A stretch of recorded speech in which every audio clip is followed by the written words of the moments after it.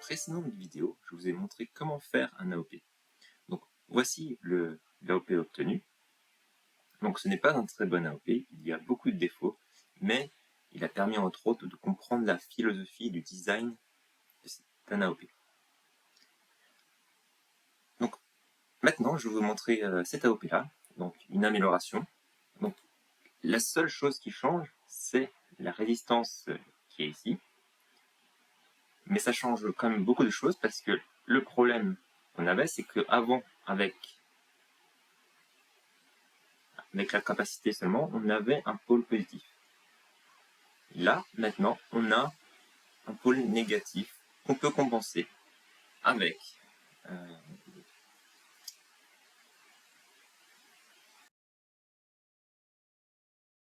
la gestion des pôles et zéros est primordiale pour assurer la stabilité en boucle fermée de l'AOP.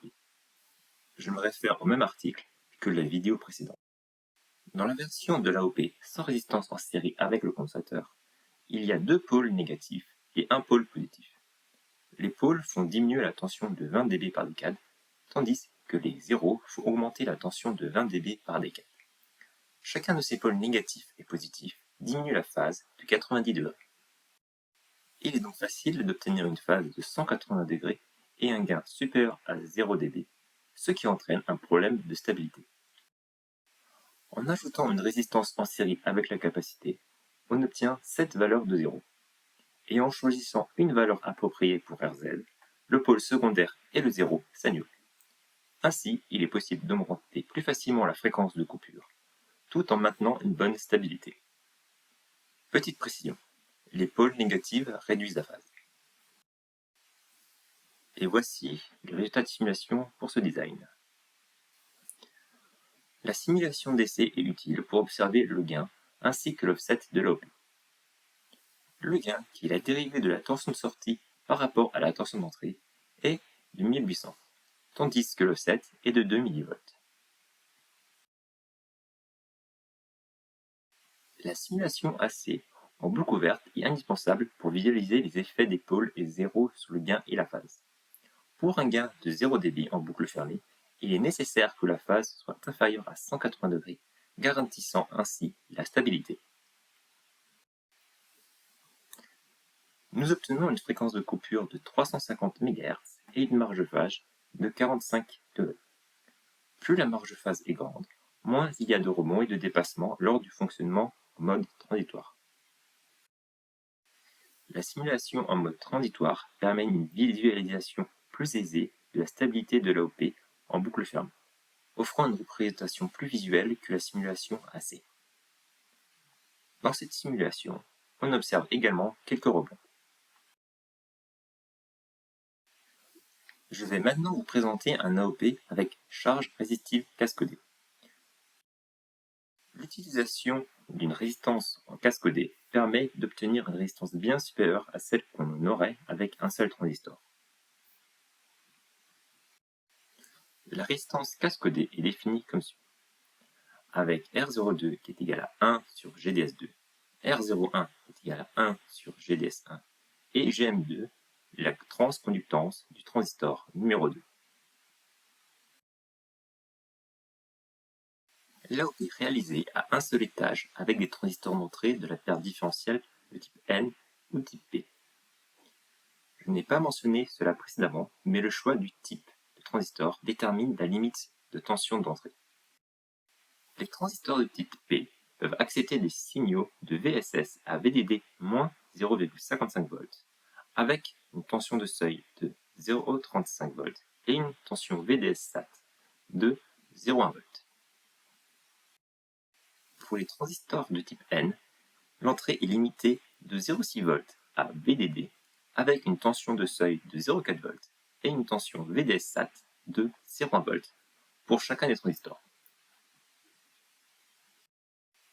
Il est possible de combiner les deux types N et P pour obtenir une tension d'entrée de VSS à VDD. Mais ça, nous en discuterons une prochaine fois. Je vous montre rapidement les résultats de simulation pour cette AOP. En simulation d'essai, nous constatons que le gain à un seul étage est pratiquement identique au gain double étage de l'AOP précédemment, soit 1800. En simulation AC, on constate que sa fréquence de coupure est de 180 MHz.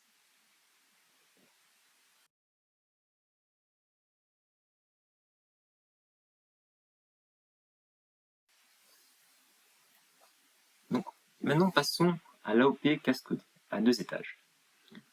J'ai choisi d'utiliser des transistors d'entrée de type P, mais cela aurait tout à fait bien fonctionné avec des transistors de type N. Pour augmenter le gain, nous sortons sur un inverseur, auquel nous ajoutons une source de tension entre les degrés. Cette source de tension permet de réduire le courant statique et éviter ainsi une consommation excessive. J'ai travaillé sur ces générations de sources de tension à base de transistors sur ma thèse, mais j'en parlerai une prochaine fois, dans une autre vidéo. Je vous présente maintenant les résultats de simulation, et comme on s'en attendait, la simulation statique montre un gain nettement supérieur qui atteint 85 000. Et donc voici le résultat de simulation AC. Donc, la fréquence de coupure est bien plus basse, ce qui est généralement le cas lorsqu'on rajoute un deuxième étage. Je ne vous recommande pas de concevoir un AOP à plus de 2 étages. Il en existe, mais ils sont difficiles à stabiliser et ils ont en général une fréquence de coupure bien plus basse. Pour finir, voici la simulation transitoire sur cet AOP suiveur. On peut voir que le temps de réponse est supérieur à celui de l'AOP cascodé à un seul étage, ce qui est normal étant donné que sa fréquence de coupure est égale à 6,5 MHz. Ces AOP ne sont pas optimisés et n'ont pas d'autre application que vous de montrer leur fonctionnement. L'optimisation peut prendre du temps et c'est un métier du concepteur. Et nous arrivons à la fin et à la prochaine.